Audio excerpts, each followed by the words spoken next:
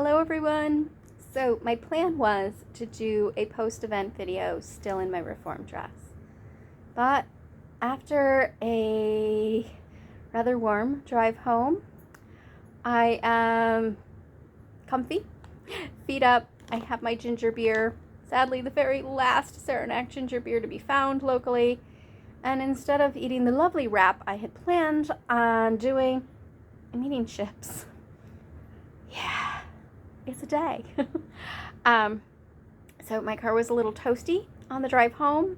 I don't think the air conditioning is working quite right. I kind of wonder if that gift from the car is related to this morning's proclamation of roar, yay 4th of July the car gave me. So yeah, loud muffler, not so cold AC are yet two more ailments for my poor car. Luckily, she has an appointment coming up, and hopefully my mechanic can do some wonders. I'm very, very nervous about that. But thus is 21st century adulting. All right, let's talk about the 19th century. So, wore my reform dress for the very first time today, and I wanted to give you some reflection on what it was like. This morning, getting dressed, yes, I look office, I think. This morning, getting dressed, I discovered I definitely prefer wearing my drawers under my chemise. My trousers are constructed like drawers, and I thought I would need to wear them over my chemise and over my corset. I put that set together that way. It lasted all of 5 minutes, and I knew I couldn't be comfortable, wasn't going to be comfortable with my chemise inside of the trousers, inside of the drawers. So that was my first change up.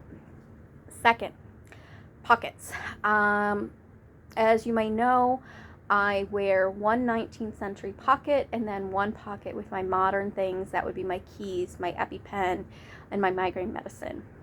One on each side. Initially, I had planned on wearing one pocket, the modern pocket under my underskirt, and then the 19th century pocket under just the overskirt. But it turns out the pocket is longer than the overskirt, the teal one. So those had to get both tucked under the black skirt. Not a big deal until I noticed later in the day something. Normally, I wear my pockets over my petticoats that are over my cage, which keeps them up off of my legs. I do notice this issue when I'm wearing Regency dress or just any dress pre-Cage Crinlin. And I don't like the weight and their warmth on my legs, I'm discovering. Thinking this through, my corded petticoat even keeps them up off my legs a bit. So that's something for me to pay attention to going forward. I don't know that I'm going to carry quite so much in these pockets. I have to figure out what I really want to do with that. And you might wonder, what do I actually carry in my pockets? I talked about my modern pocket. My 19th century pocket, I tend to fill it with interpretive items. So I keep my fan, I keep a pocket of pockets, hairpins, buttons, pins, peppermints, those emergency type of things. I usually keep a handkerchief. What else do I keep in there? Keep stuff in there. I just keep stuff, a notebook, that sort of thing. So it tends to get full. And well, that wasn't so great in what felt like 90 degrees today. I'm not really sure. Today was warm, but what did it in was the humidity. So I guess the next question is temperature. I found these two wools. Tropical weight wool is what the teal is. And then I would consider the black wool. It's definitely a suiting, so not quite a tropical weight, but still very lightweight. tighter weave than the teal. Both of those are warmer than my wool challis from last 4th of July. The wool challis is semi-sheer, far more comfortable than any cotton dress that I've worn, even cooler in many ways than the cotton sheer. So this outfit, at least through the bodice area, definitely cooler than a quilt weight cotton, cooler than a silk, comparable to a sheer, semi-sheer cotton, though notably better about the moisture. Huge plus is that I did cut and set the arm size looser, more like a traveling outfit. I wanted more mobility with this outfit, and the bodice itself was cut a little looser, just gathered. Definitely an advantage in the humidity, given that I have my grandma's family's arms, in that I have large upper arms that do the whole flabby shake thing.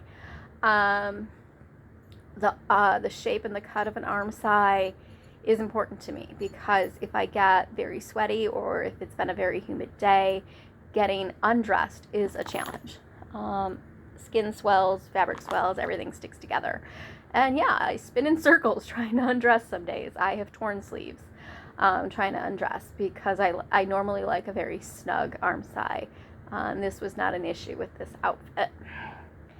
All right, so let's see. Oh, the 50s V-neck. Loving this particular 50s V-neck. Loving the sleeves that I ended up doing. It's an open funnel sleeve that I gathered just above the elbow. I am repeating this sleeve on something. I'm not sure what. It needs to be a light flowy fabric, but I loved the feel of wearing this sleeve. I actually really am pleased with the teal color. I was not sure about wearing teal. I wasn't sure if it was going to be the right color for me. I tend to be very color conscious after some friends made comments about another color I wore. Oddly enough, that was in adulthood. I've taken more like ego hits as an adult than I did as a teen. I was a brave teen. Anyway, so I was very nervous about the teal until people talked me into, yes, wear it. And I'm really glad I listened to them and did it. And I love how it paired up with the black. It was really, yeah, I like it. I like that I did the stripes with the diamonds. It would have taken me forever to do the diamonds, and I wouldn't have been pleased with how they all came out, because the diamonds, it turned out to be really a challenge with the timeline that I had.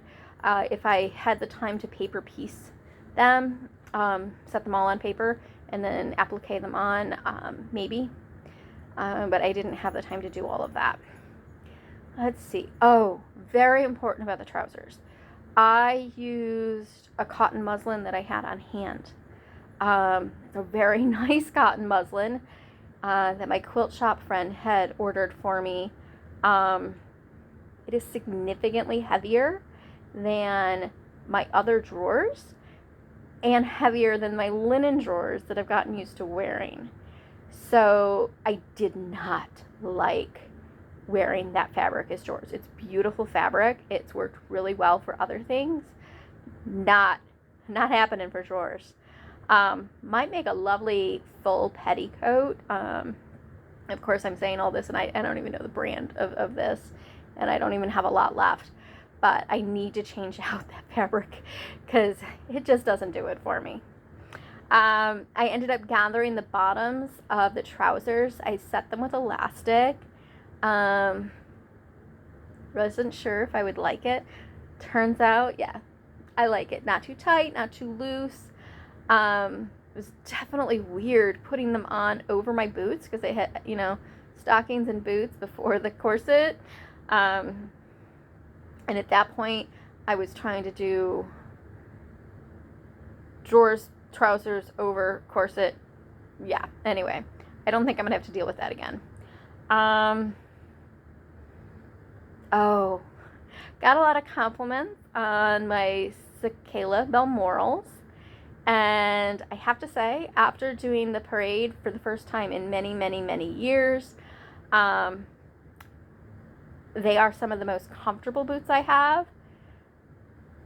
I want to get the new rubber-soled boots that they just announced. The stones wreak havoc on leather-soled shoes. I was looking forward to those for winter wear, but I think they're going to be my parade go-to too.